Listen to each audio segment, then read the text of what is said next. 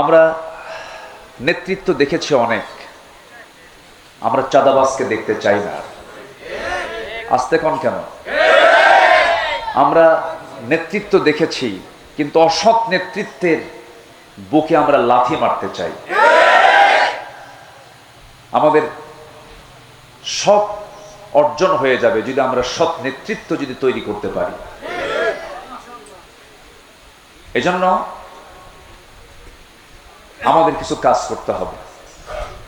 ব্যক্তি গঠন, পরিবার গঠন, সমাজ গঠনে আমাকে আপনাকে চরমভাবে আপনাকে পরিশ্রম করতে হবে, কাজ করতে হবে। ব্যক্তি গঠন হবে কোরআন বাদ দিয়া নাকি? আসতে বলেন কেন? আজকে দেখেন, দেশ স্বাধীন হয়েছে কত আগে। মিনিস্ট্রি অফ এডুকেশন ছিল, শিক্ষা মন্ত্রণালয় ছিল, ধর্ম মন্ত্রণালয় ছিল, তারপরে পরিকল্পনা মন্ত্রণালয় ছিল। এতগুলো মন্ত্রণালয় থাকার পরেও গোটা পৃথিবীর দ্বিতীয় বৃহত্তম মুসলিম জনপদ বাংলাদেশ, সেই দেশের বসবাস করা মুসলমান যেই কিতাবের জ্ঞান না থাকলে, যে কিতাবটাকে সহি না করে পড়লে তার কোনো ইবাদত আল্লাহ পাক কবুল করবেন না, নামাজ কবুল হবে না। সেই কোরআনটাই আজকে জাতির হাতে তুলে দিতে পারে নাই।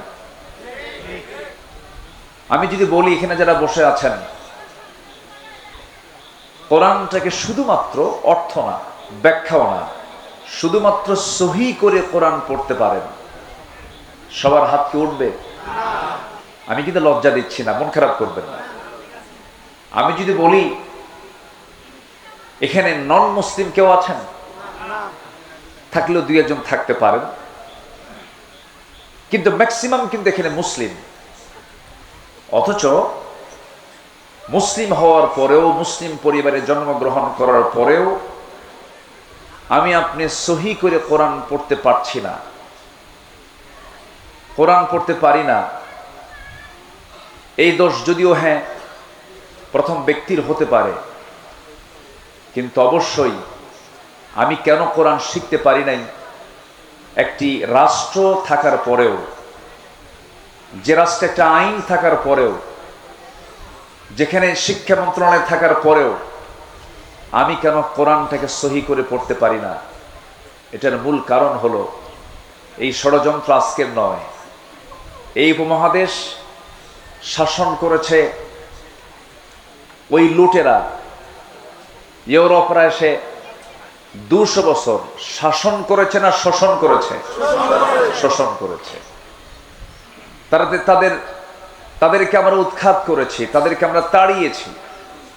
ব্রিটিশ বিরোধী আন্দোলন করেছে এই জাতি, কিন্তু ব্রিটিশরা চলে গেল, তাদের রেখে যাওয়া ব্রিটিশি ল প্রত্যেকটা কোর্টে, আদালত প্রাঙ্গণে আছে না নাই বলেন তো? আমাদের এলাকায় একটা গালি আছে, যদি কেউ যদি খুব বদমাইশ হয় তাকে বলে তুই তো ব্রিটিশ। এর এলাকায় আছে কিনা জানি না। তুই তো ব্রিটিশ মানে এটা গালি, একটা কি বলেন তো? গালি। কেন বলবে না? কারণ ইউরোপের সভ্যতা, আধুনিক যে ইউরোপ গড়ে উঠেছে, সব আমার দেশের সম্পদ চুরি আর লুটপাট করে। সম্মানিত ভাইয়েরা, সেই ব্রিটিশ বিরোধী আন্দোলন করে তাদেরকে তাড়ালাম, তাদের তৈরি করা আইনকে আমরা এখনো রেখে দিয়েছি, তাদের তৈরি করা সিলেবাস, কারিকুলামকে আমরা এখনো রেখে দিয়েছি। এজন্য এই জাতির এখনো ভালো করে দিন শেখা হলো না, ভালো করে কোরআন শেখা হলো না। এরপরে আবার বিগত 16 বছর খুব বরকতের সরকার ছিল। যতটুকু ছিল ইসলাম, এটাকেও তারা মুছে ফেলার সমূহ চেষ্টা করেছে। এমন কোনো ওয়ে নাই, সকল ওয়ে তারা খাটিয়েছে, কিন্তু সবচেয়ে বড় ধরা কার? আসতে বলবেন না কার? আল্লাহ আছেন না নাই? আল্লাহ ছিলেন, আছেন, থাকবেন। তিনি প্রথম, তিনি শেষ, তিনি গোপন, তিনি প্রকাশ্য। আল্লাহ রাব্বুল আলামিন বলেন, হুয়াল আউয়াল ওয়াল আখির ওয়াল যাহির ওয়াল বাতিন ওয়া হুয়া বিকুল্লি শাইইন আলীম। তিনি প্রকাশ্য, তিনি গোপন, তিনি প্রথম, তিনি শেষ। সকল ক্ষমতা কারো হতে পারে না, সকল ক্ষমতা একমাত্র কার? সকল ক্ষমতা কার? আল্লাহ। এদেশের জনগণ ভাবছিল না মরা পর্যন্ত উপায় নাই। আল্লাহ কয়, এত হতাশ হলে হয়? আমি কি আল্লাহ নাই? আলাইসাল্লাহু বিকাফিন আবদাহ।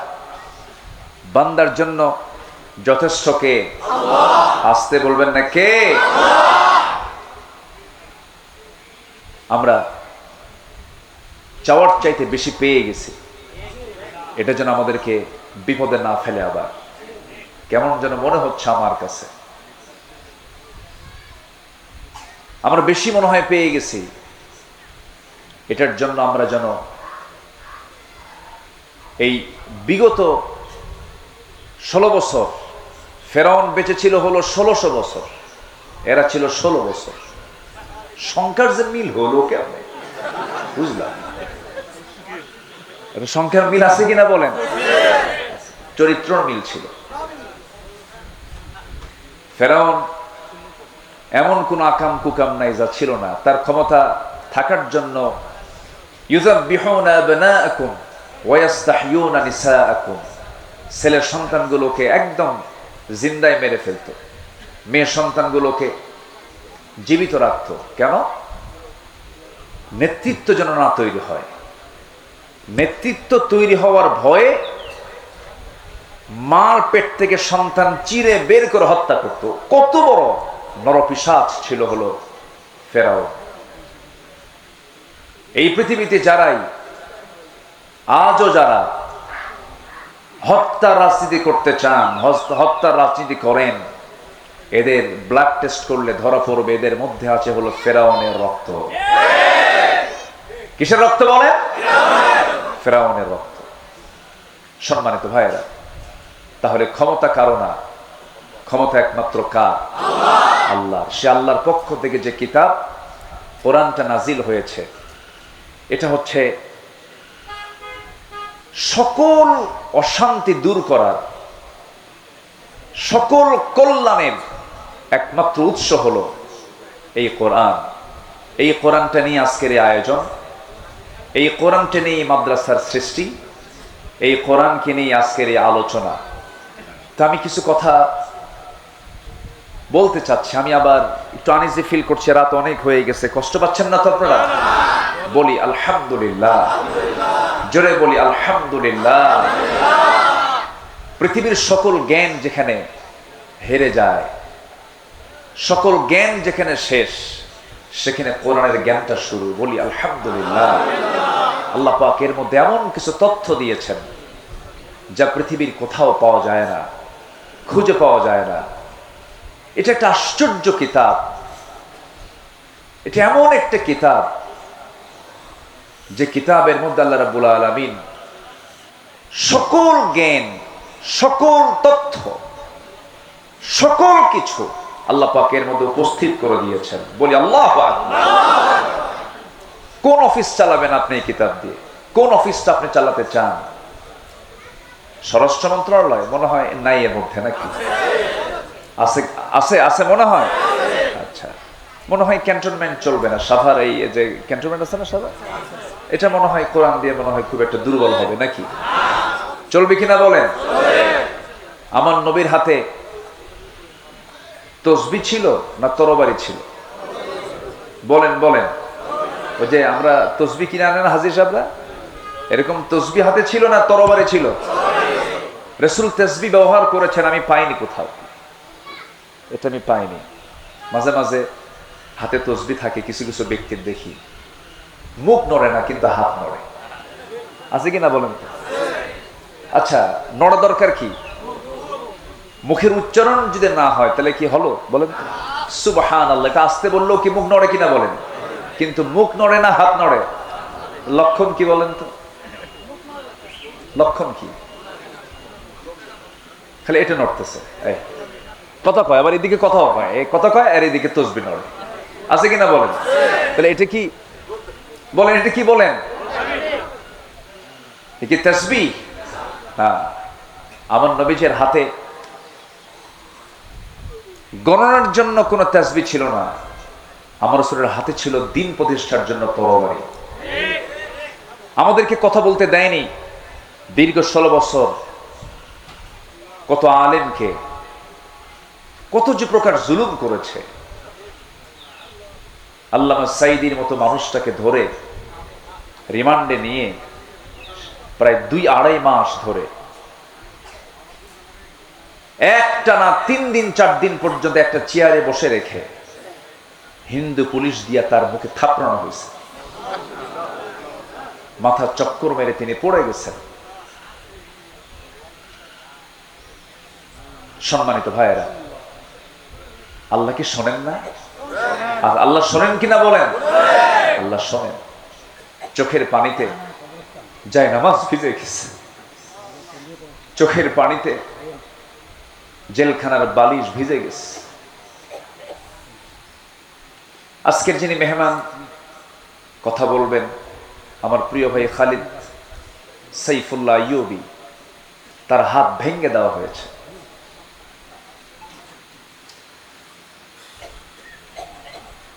আমার তো কোনো দোষ ছিল না, আমি তো কোনো চুরি করি না। আমার রাতের গভীরে আমাকে বাড়ি ঘেরাও করে ধরে নিয়ে চলে যাওয়া হলো। থানায় নিয়ে বলল, হুজুর কি করব, আমরা তো ধরতে চাই না কিন্তু খুব চাপ, চাকরি করব না তাহলে বাচ্চাদের খাওয়াবো কি? হুজুর চাকরি বাঁচান তো ফরজ। তখন আমি বললাম, ইমান বাঁচান তো নফল। শেষ পর্যন্ত এই যে চরম জুলুম নির্যাতন, সরাসরি সাহায্য নাজিল করেছেন তিনি আমার কে? আসতে বলবেন না, তিনি আমার কে? আল্লাহ। আসুন না সে আল্লাহর পথে, আল্লাহর মতে, আল্লাহর আইনের দিকে আমরা একটু দৌড়াই। মাগফিরাত কামনা করব কার? আল্লাহ। আল্লাহ রাব্বুল আলামিন বলেন, وسارعوا إلى مغفرة من ربكم وجنة عرضها السماوات والأرض وعدت للمتقين। তুমি তোমার রবের মাগফিরাতের দিকে দৌড়াও, জান্নাতের দিকে দৌড়াও, অলসতা করো না, বক্র কোনো পথে যেও না, সেই পথটা নিয়ে নাও। সবাই বলুন, ইহদিনাস সিরাতাল মুস্তাকিম সিরাতাল্লাযীনা আন'আমতা আলাইহিম গায়রিল মাগদুবি আলাইহিম ওয়ালাদ-দাল্লিন।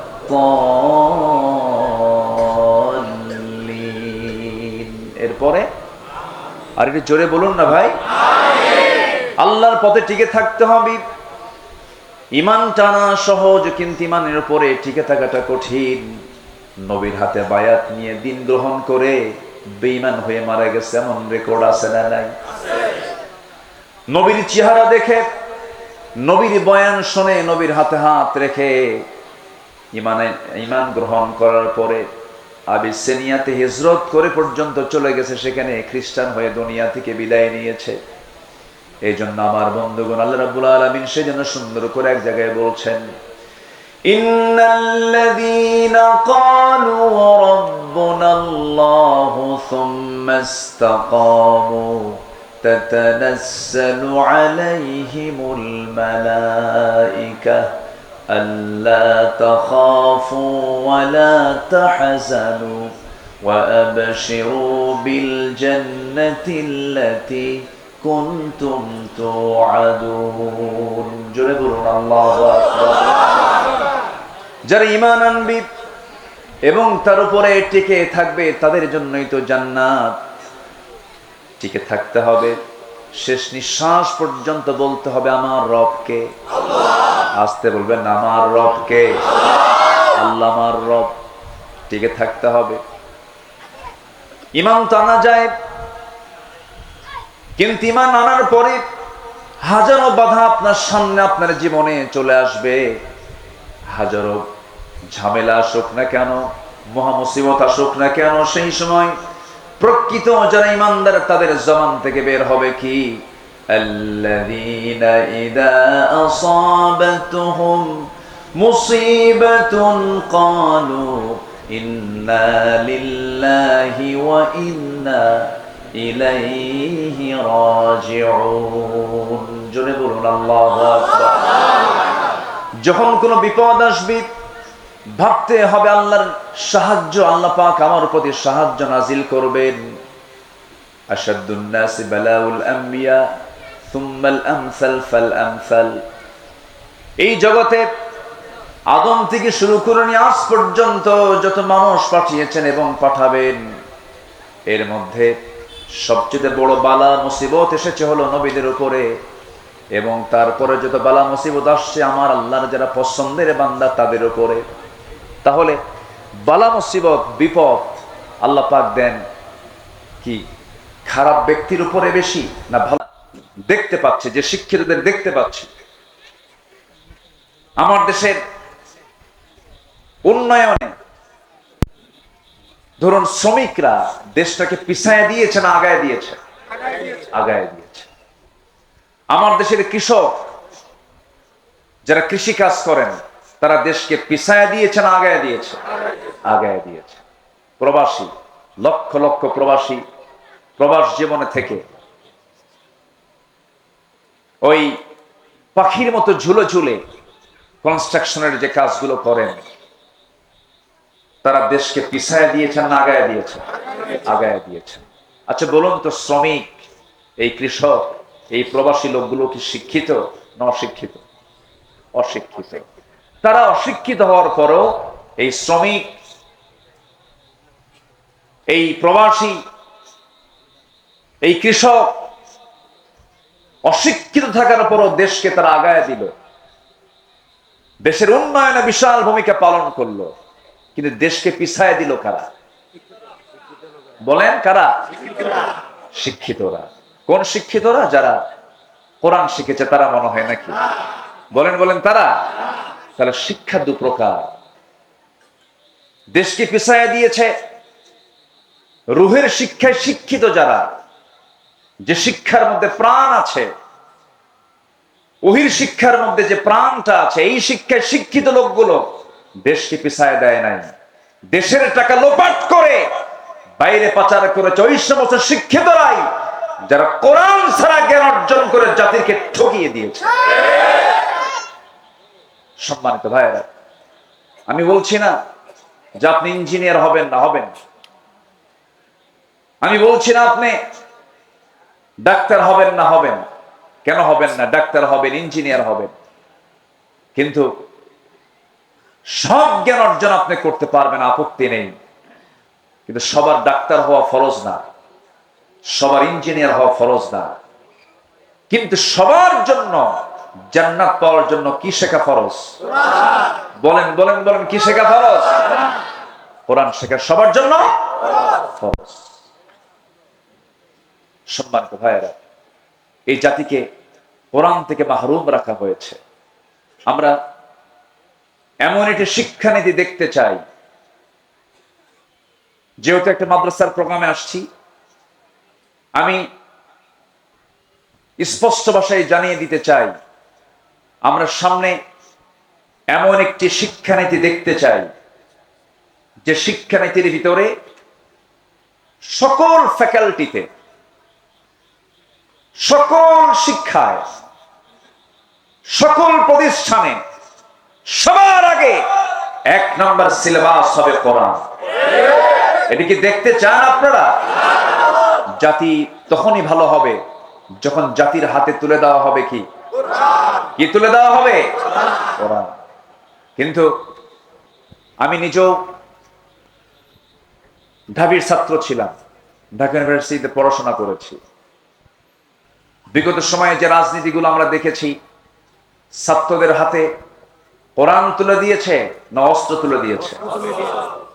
কোরআন তুলে দিয়েছে না মাদক তুলে দিয়েছে? কোরআন তুলে দিয়েছে না নারী তুলে দিয়েছে? আমরা সেই নেতৃত্ব দেখতে চাই না।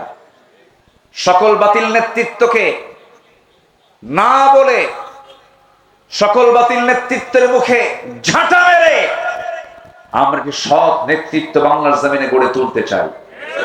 সবাইকে রাজি আছেন? রাজি আছেন কারা কারা একটা হাত উঁচু করে দেখান।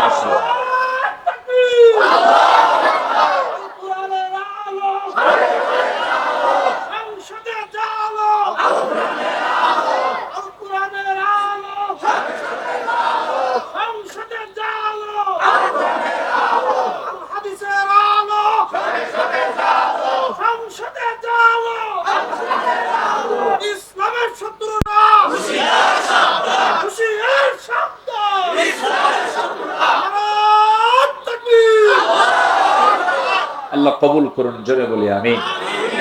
রাগ করতেছেন মনে হয়।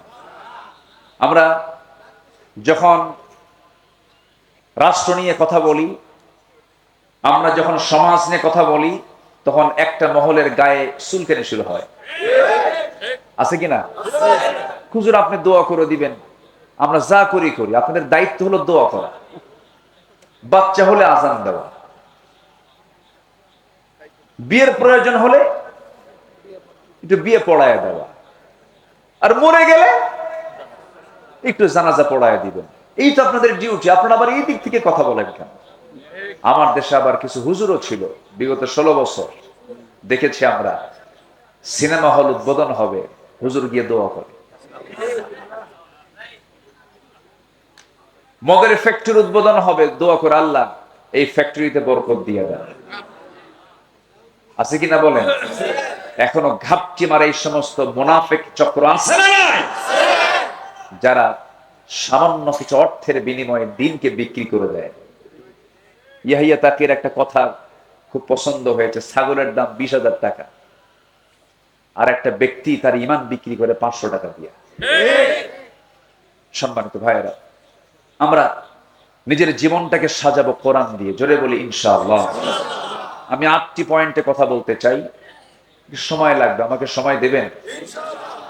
আমার আবার তবিয়ত হলো একটু সময় নিয়ে কথা বলা, এটা অভ্যাস। আমি যারা আমার আলোচনা শোনেন, আমি একটু সময় নিয়ে কথা বলি, যে সময় আমাকে দিলে আমি তাহলে কথা বলা শুরু করতে পারি। কারো কোনো আপত্তি নাই তো? হয়তো কষ্ট হচ্ছে আপনাদের, একটু গরম, অসুবিধা হচ্ছে, একটু মনোযোগ দিয়ে শুনবেন। আল্লাহ তুমি শোনার তৌফিক দান করুন, জোরে বলি আল্লাহুম্মা আমিন। কোরআনের আলোকে প্রকৃত মুমিনের আদর্শ চরিত্রের একটা রূপরেখা আমি তুলে ধরতে চাচ্ছি। আমরা আমাদের চরিত্রকে সুন্দর করে সাজাবো হলো কোরআন দিয়ে, জোরে বলি ইনশাআল্লাহ। নাম্বার 1, আমার দিলটা থাকতে হবে সর্বক্ষণ কার ভয়ে ভীত? আসতে বলবেন না, কার ভয়ে ভীত থাকতে হবে? আল্লাহর ভয়। আল্লাহর ভয়ে ভীত হলেই পৃথিবীর কোনো ভয় ওই দিলে স্থান পায় না। আল্লাহর ভয়টা ইস্তেকামাত হলে পরে সেই দিলের মধ্যে কোনোদিন কোনো কপট, কোনো কটু চক্রান্তকারী তার ঈমানকে ছিনতাই করে নিতে পারে না। সেই হৃদয়ে শয়তান বাসা বাঁধতে পারে না। এজন্য আমাদের দিলে যে ভয়টা, এই ভয়টা জাগ্রত করতে হবে। কার ভয়? আল্লাহর ভয়। খুব কমন একটা আয়াত। আল্লাহ রাব্বুল আলামিন সূরা আনফালের শুরুতে 2 নম্বর আয়াতে সুন্দর করে আল্লাহ রাব্বুল আলামিন বলছেন, যারা পারেন এই আয়াতগুলো সবারই মুখস্থ থাকা দরকার। আল্লাহ রাব্বুল আলামিন সুন্দর করে বলছেন, ইন্নামাল মুমিনুনা আল্লাযীনা ইযা যুকিরাল্লাহু ওয়াজিলাত কুলুবুহুম ওয়া ইযা তুলিয়াত আলাইহিম আয়াতুহু যাদাতুহুম ঈমানাও ওয়া আলা রাব্বিহিম ইয়াতাওয়াক্কালুন। জোরে বলুন আল্লাহু আকবার। মুমিনের 3টা দিক আল্লাহ রাব্বুল আলামিনের জায়গায় তুলে ধরেছেন। নাম্বার 1 হলো আল্লাহর জিকির করা। আল্লাহর জিকির করলে পরে যারা প্রকৃত যারা ইমানদার তাদের দিলটা প্রকম্পিত হয় কার ভয়ে? আসতে বলবেন না, কার ভয়ে? আল্লাহর ভয়ে। নাম্বার 2 হলো ইমান যদি একটু দুর্বল থেকে থাকে, কোরআনের সুন্দর করে তেলাওয়াতের মধ্য দিয়া, কোরআনটাকে বোঝার মধ্য দিয়া, তেলাওয়াত, কিরাআত, দিরাসাত, তাদাব্বুর সমস্ত হকগুলো আদায় করে যে বান্দা কোরআনের হক আদায় করে কোরআনটা সুন্দর করে বোঝার চেষ্টা করবে, ইমান যদি দুর্বল থাকে কোরআন শোনার সঙ্গে সঙ্গে তার ইমানটা শতগুণে বৃদ্ধি পেয়ে। মোবাইলের চার্জ কমে গেছে, চার্জার দিয়ে চার্জ দিতে হয়। ইমানে চার্জ একটু দুর্বল হয়েছে, চার্জ দিতে হয় কি দিয়া? আসতে বলবেন না, কি দিয়ে? রাজনীতি কোরআন দিয়ে নয়, সেই দল করা হারাম। আসতে কন কেন? আসতে কন কেন? মুসলমান কখনো জাতীয়তাবাদকে বিশ্বাস করতে পারে না। মুসলমান কখনো সেকুলারিজমকে বিশ্বাস করতে পারে না। মুসলমান কখনো ক্যাপিটালিজমকে বিশ্বাস করতে পারে না। মুসলমান কখনো মানুষের তৈরি করা কোনো ইজমকে, কোনো মতবাদকে, তন্ত্র মন্ত্রকে বিশ্বাস করতে পারে না। মুসলমান বিশ্বাস করবে কার দেওয়া বিধানকে? আল্লাহর দেওয়া বিধানকে মুসলমান বিশ্বাস করবে। তাহলে কোরআন তেলাওয়াত করলে পরে, কোরআনটার সঙ্গে সম্পর্ক রাখলে পরে ইমানের চার্জ কমে না বাড়ে? আসতে বলবেন না, কমে না বাড়ে? বাড়ে। অতএব যেখানে কোরআন পাবেন, যেখানে কোরআন ওয়ালা পাবেন, সেই জায়গায় আমাদের বৈঠক বেশি হওয়া দরকার, তাদের সঙ্গে যোগ সাজস বেশি রাখা দরকার। যেখানে গেলে বিড়ি পাওয়া যায়, যেখানে গেলে পরে ইয়াবার ট্যাবলেট পাওয়া যায়, যেখানে গেলে পরে অস্ত্র পাওয়া যায়, যেখানে গেলে পরে চাঁদার ভাগ পাওয়া যায়, যেখানে গেলে পরে নারী পাওয়া যায়, ওই সমস্ত জায়গাকে আমাদের মাইনাস করতে হবে। ঠিক কিনা বলে? এমন জায়গা আছে না নাই আমার দেশে? আসতে বলবেন না, আছে না নাই? আচ্ছা সম্মানিত ভাইয়েরা, তাহলে ইমান বৃদ্ধির জন্য মাধ্যম হলো এই কিতাবের সঙ্গে সম্পর্ক রাখা। আর জিকির করলে দিলে ভয় সৃষ্টি হয়, কার ভয়? আল্লাহর ভয়। নাম্বার 3 হলো ওই সমস্ত বান্দাগুলো যারা আল্লাহকে ভয় করে, আল্লাহর কালামকে যারা সুন্দর করে তেলাওয়াত করে, ওই সমস্ত বান্দার আরেকটা গুণ হলো ওই সমস্ত বান্দাগুলো জীবনের সকল জায়গায় ভরসা রাখে কার উপরে? আসতে বলবেন না, কার উপরে? আল্লাহর উপরে।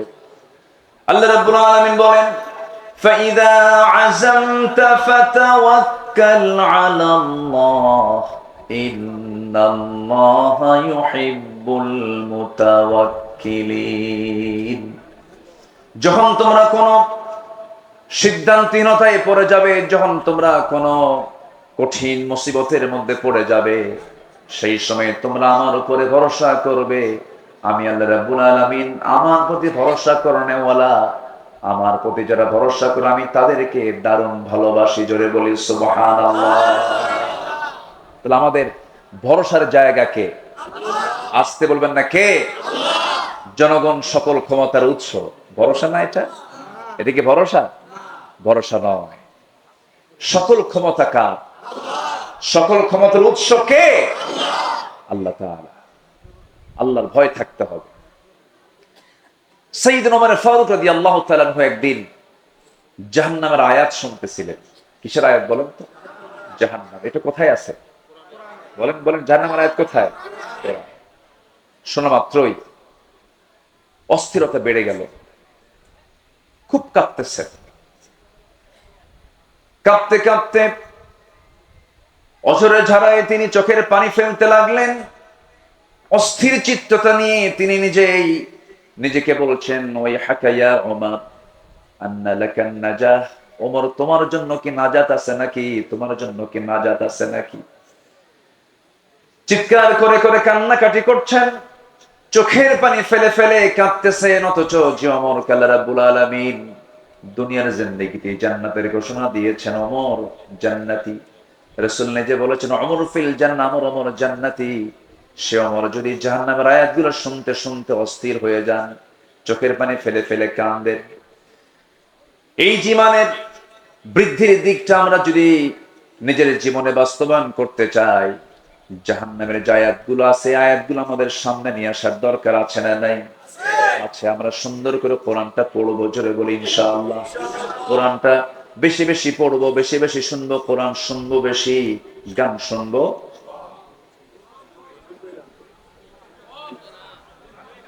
এতক্ষণে গান শুনবেন, কম শুনবেন? তাহলে কম শোনা জায়েজ নাকি? যেটা জায়েজ নাই, কমও জায়েজ নাই, বেশিও জায়েজ নাই। সারা বছর কোন মাসে আইয়ামে বীজের রোজা বাদ দেয় না, সোমবার বৃহস্পতিবার রোজা রাখে, ঈদের দিন মদ খায়। ঈদের দিন কি খায়? মদ খায়। ভাবে যে সারা বছর তো আমি আওয়াবিন পড়ি, তাহাজ্জুদ পড়ি, ঈদের দিন বিকাল বেলা একটু আনন্দ করবো, তো একটু কয়েক ঢোক মারবো, এবার কি হবে? আছে কিনা বলো? এটা কি ইমানদারের কাজ? ইমানদার কখনো যেটা হারাম, অল্প হারামও সে গ্রহণ করতে যাবে না। ইমানদার সম্পূর্ণ হারাম জিনিসকে, হারাম খাদ্যকে, হারাম বস্তুকে, হারাম পন্থাকে সে চুল পরিমাণ গ্রহণ করতে পারে না। এটা হচ্ছে একজন আল্লাহর নৈকট্য হাসিলকারী, আল্লাহর স্মরণে যে জাকির হবে, যে জিকির করনেওয়ালা হবে, সে এমন চরিত্রের হবে। আল্লাহ তুমি আমাদের কেমন চরিত্র অর্জন করার তৌফিক দাও, জোরে বলি আমিন। সে আদর্শ চারিত্রিক রূপরেখার 2 নম্বর দিক হচ্ছে আল্লাহ এবং রাসূলের প্রতি নিঃশর্ত আনুগত্য। আমরা যে আনুগত্য করব আল্লাহকে এবং রাসূলকে, কোন শর্ত দিয়া, আসতে কর, কোন শর্ত দিয়া। আর আল্লাহ এবং রাসূল ছাড়া অন্য কারো যখন আমরা আনুগত্য করতে যাব, তখন কি দিয়া? শর্ত দিয়া। আমি আপনার আনুগত্য করব ততক্ষণ যতক্ষণ আপনি আল্লাহকে মানবেন, রাসূলকে মানবেন, ততক্ষণ মানব। আপনি আমার ইমাম, আমি ততক্ষণ মানব যতক্ষণ আপনি নামাজটা আপনি আল্লাহর নিয়মে পড়াবেন। রুকু কয়বার করে বলেন? সেজদা কয়বার হয়?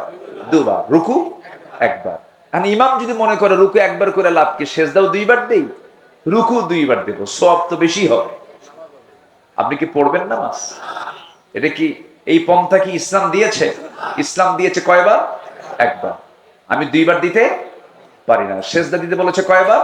2 বার। 3 বার করতে পারি না। আর যদি কোনো ইমাম 3 বার সেজদা দেয়, 2 বার রুকু করে, বেশি তো করলো, এরপরও মানা যাবে না। তাহলে আমি ওই ইমামকে মানতেছি শর্ত দিয়া, কি দিয়া? যতক্ষণ তুমি আল্লাহ রাসূলকে মানো, ততক্ষণ তুমি আমার, আমি তোমাকে আনুগত্য করব, তুমি আমার ইমাম। আল্লাহ নবীর আনুগত্য বাদ দিবা, কল্লা ধরে টেনে মসজিদ থেকে বের করে দেবে, ঠিক কিনা? এটাই হচ্ছে নিঃশর্ত আনুগত্য আর শর্ত আনুগত্য। আপনি আল্লাহর সাথে, রাসূলের সাথে তার আপনার যে আনুগত্য হবে, এটা হবে নিঃশর্ত, কোন শর্ত দেওয়া যাবে না। আল্লাহ যা বলেছেন, কেন বলেছেন, এটা বলা যাবে না। রাসূল এটা করতে বলেছেন, কেন বলেছেন, এটা বলা যাবে না। আপনি কেন বলবেন, ঈমান আপনার চলে যাবে। আল্লাহ যা বলেছেন, সামিআনা ওয়া আতাআনা, শুনলাম, সঙ্গে সঙ্গে তা মানবো, জোরে বলি ইনশাআল্লাহ। আল্লাহ রাব্বুল আলামিন বলেন, ইয়া আইয়ুহাল্লাযীনা আমানু আতিউল্লাহা ওয়া আতিউর রাসূল ওয়া লা তুবতিলু আ'মালাকুম। আল্লাহ পাক আরেক জায়গায় বলছেন, ইয়া আইয়ুহাল্লাযীনা আমানু আতিউল্লাহা ওয়া আতিউর রাসূলা ওয়া উলিল আমরি মিনকুম ফাইন তানাযা'তুম ফি শাইইন ফারুদ্দুহু ইলাল্লাহি ওয়ার রাসূল। জোরে বলুন আল্লাহু আকবার। আল্লাহর আনুগত্য করো, নবীর আনুগত্য করো, তোমাদের মধ্যে যারা লিডার তাদের তোমার আনুগত্য করো। তবে তারা যদি কোনো ঝামেলায় পড়ে যায়, কোনো ঝামেলায় তোমরা যদি পড়ে যাও, সেই ক্ষেত্রে তোমরা ফিরে যাবে ফারুদ্দুহু ইলাল্লাহি ওয়ার রাসূল, আল্লাহ এবং রাসূলের দিকে, অর্থাৎ আল্লাহ এবং রাসূলের যে আনুগত্য করবে, এই আনুগত্যের মাঝে কোনো শর্ত আরোপ করা যাবে না। আমার বন্ধুগণ, একটু কান লাগায় মনোযোগ দিয়ে সবাই শোনার চেষ্টা করবেন। সাহাবায়ে কেরাম নবীর যে আনুগত্য করেছেন, কোন শর্ত দিয়ে তারা আনুগত্য করেন নাই, হাসি মুখে জীবন দিয়েছেন। রাসূল যখন যা বলেছেন, সাহাবায়ে কেরাম কোন শর্ত লাগায় তারা আনুগত্য করেন নাই, সঙ্গে সঙ্গে তা মেনে নিয়েছেন। আল্লাহ রাব্বুল আলামিন আমার রাসূলকে এত দাম দিয়েছেন, এত সম্মান দিয়েছেন। আমার আল্লাহ রাব্বুল আলামিন রাসূলকে সম্মান দিতে গিয়ে গোটা বান্দাকে জানিয়ে দিচ্ছেন, ও আমার বান্দারা, আমার যদি ভালোবাসা পেতে চাও, একজন ব্যক্তির আনুগত্য তোমার জন্য আমি আল্লাহ অপরিহার্য করে দিলাম, সেটা হলো আমার রাসূলের আনুগত্য করা। আমার যদি ভালোবাসা পেতে চাও, আমার মুহাব্বত যদি তুমি অর্জন করতে চাও, শর্ত হলো আমার নবীর তোমরা ইত্তেবা করবে। আল্লাহ রাব্বুল আলামিন বলছেন, ফাত্তাবিউনি ইউহিব্বুকুমুল্লাহ ওয়া ইয়াগফির লাকুম যুনুবাকুম ওয়াল্লাহু গফুর। নবীকে মানো, নবীকে ফলো করো, নবীর তোমরা আনুগত্য করো। ব্যক্তি জীবনে রাসূলকে মানবে, রাষ্ট্রীয় জীবনে রাসূলকে মানবে না। ধর্মীয় জীবনে নামাজকে মানবে, রোজাকে মানবে, কিন্তু রাজনীতির ময়দানে গিয়ে তুমি রাসূলকে মানবে না। তুমি নবীর উম্মত হতে পারো না, তুমি একজন ভণ্ড প্রতারক। আসতে কম কেন? এরকম ভণ্ড প্রতারক তো আমার দেশে নাই মনে হয়। আসতে বলবেন না, আছে না নাই? সম্মানিত ভাইয়েরা, রাসূলকে ভালোবাসা মানে এটা নয় একটু দরুদ শরীফ পড়লাম, হ্যাঁ সওয়াব পাবেন, অবশ্যই দরুদ পড়লে সওয়াব পাবেন না কেন? দরুদ পড়লেন, মুখে সুন্দর একদম মুখ ভরা দাড়ি রাখলেন, মাথায় পাগড়ি পরলেন, একটু আতর লাগালেন, মেসওয়াক করলেন, সমস্যা নাই, এগুলো সুন্নাহ, ভালো, আলহামদুলিল্লাহ, কোনো সমস্যা না। আমি বলছি না যে এগুলোর গুরুত্ব ইসলামে নাই, আছে। কিন্তু মুখের দাড়ি কিন্তু আবু জেহেলেরও ছিল। এরপরে পোশাক আশাক দিয়ে যদি জান্নাত পাওয়া যেত, বর্তমান বিশ্বে অন্যান্য ধর্মের অনেক পোশাক আছে যেটা ইসলামের সঙ্গে মিলে যায়, আছে কিনা বলুন? মিলে যায়। আল্লাহ তাআলা বাহ্যিক কোনো কিছুকে প্রাধান্য দিবেন না। ইন্নাল্লাহা লা ইয়ানজুরু ইলা সুওয়ারিকুম ওয়ালা ইলা জাসামিকুম ওয়ালাকিন ইয়ানজুরু ইলা কুলুবিকুম ওয়া আমালিকুম। আল্লাহ তোমাদের দেহ দেখবেন না,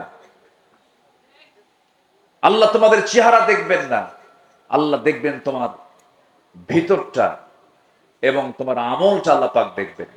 সম্মানিত বন্ধুগণ, সম্মানিত ভাইয়েরা, এই জন্য নবীর প্রতি এবং আল্লাহর প্রতি যে আনুগত্য হবে, এই আনুগত্যের মাঝে কোনো শর্ত আরোপ করা যাবে না। সম্মানিত ভাইয়েরা, সাদ ইবনে মুআজ রাদিয়াল্লাহু তাআলা আনহু একজন সাহাবী, যিনি 30 বছর বয়সে ইসলাম কবুল করেন, 35 বছর বয়সে শাহাদাত বরণ করেন। ইসলাম পেয়েছেন কয় বছর? বলেন, কয় বছর পেয়েছেন? মাত্র 5 বছর। এই 5 বছর তিনি ইসলাম পেলেন।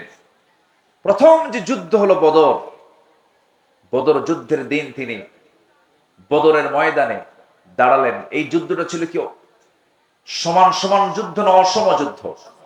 অসম। 313 কোথায় আর 1000 কোথায়? অশ্বারোহী কোথায় আর পদাতিক কোথায়? পায়ে হেঁটে যাওয়া আর ঘোড়ার পিঠে থেকে যুদ্ধ করা, অস্ত্র হাতে নিয়ে যুদ্ধ করা, অস্ত্র ছাড়া যুদ্ধ করা, একটা অসম যুদ্ধ ছিল। সেই যুদ্ধের ময়দানে এই সাদ বিন মুআজ রাদিয়াল্লাহু তাআলা আনহু যখন আমার নবী যখন ডাকলেন দীপ্ত কণ্ঠে, সেই বদরের ময়দানে দাঁড়িয়ে তিনি বলছেন, ফাওয়াল্লাযী বা'আসাকা বিল হক, আল্লাহর কসম করে বলছি, যিনি আপনাকে সত্য সহ প্রেরণ করেছেন, লাউস্তাআরাতু বিনা হাযাল বাহর, হে রাসূল, আপনি যদি আমাদেরকে সমুদ্রের দিকে অগ্রসর করতে বলেন, আমরা অগ্রসর হব, ঝাঁপিয়ে পড়ব, আপনার আনুগত্যের বাইরে আমরা এক চুল পরিমাণ যাব না। জোরে বলি সুবহানাল্লাহ। সেই সাহাবী বদরে গেলেন, উহুদও গেলেন, খন্দকের যুদ্ধ পরপর এই ৩ নম্বর যুদ্ধে অংশগ্রহণ করলেন। মাত্র ৫ বছর তিনি ইসলাম পেয়েছেন, ৩০ বছরে দিন গ্রহণ করলেন, ৩৫ বছরে দুনিয়া থেকে বিদায় নিলেন। যখন উহুদের ময়দানে, খন্দকের পরীক্ষা খননের যুদ্ধের ময়দানে যখন তিনি উপস্থিত, যুদ্ধ শেষ হওয়ার মাঝেই একটা আক্রমণ তার প্রতি করা হলো, রক্তক্ষরণ শুরু হয়ে গেল। সে রক্তক্ষরণে তিনি রক্ত শূন্যতায় পড়ে গেলেন। এক পর্যায়ে তাকে বাঁচানো গেল না, তিনি দুনিয়া থেকে বিদায় নিলেন। সাহাবায়ে কেরাম শোকাহত চিত্ততা নিয়ে রাসূলের সামনে এসে বলছেন, ইয়া রাসূলুল্লাহ, আপনার প্রিয় সাহাবী সাদ বিন মুআজকে আমরা অনেক চেষ্টা করেছি, তার সেবা করেছি, বাঁচল না, দুনিয়া থেকে বিদায় নিয়েছেন।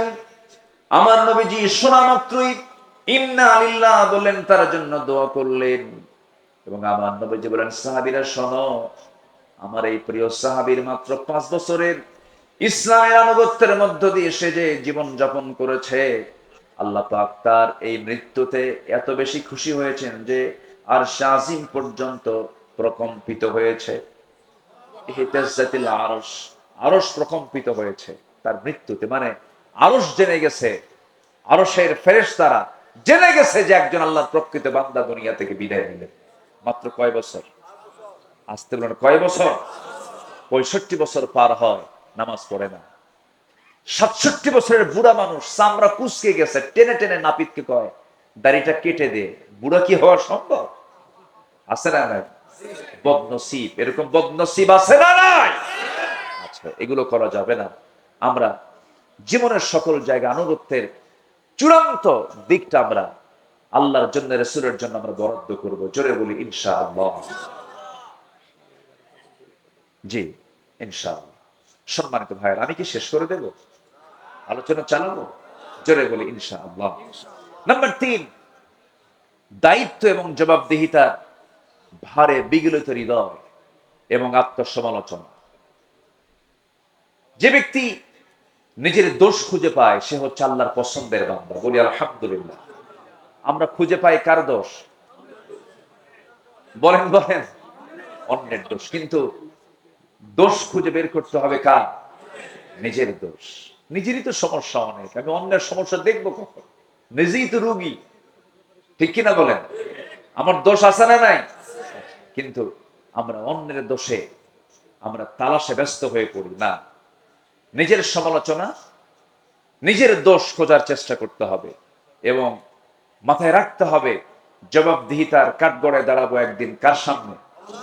আসতে বলবেন না, কার সামনে? আল্লাহর সামনে। আল্লাহ রাব্বুল আলামিন সুন্দর করে বলছেন, ইন্না আরাদনাল আমানাতা আলাস সামাওয়াতি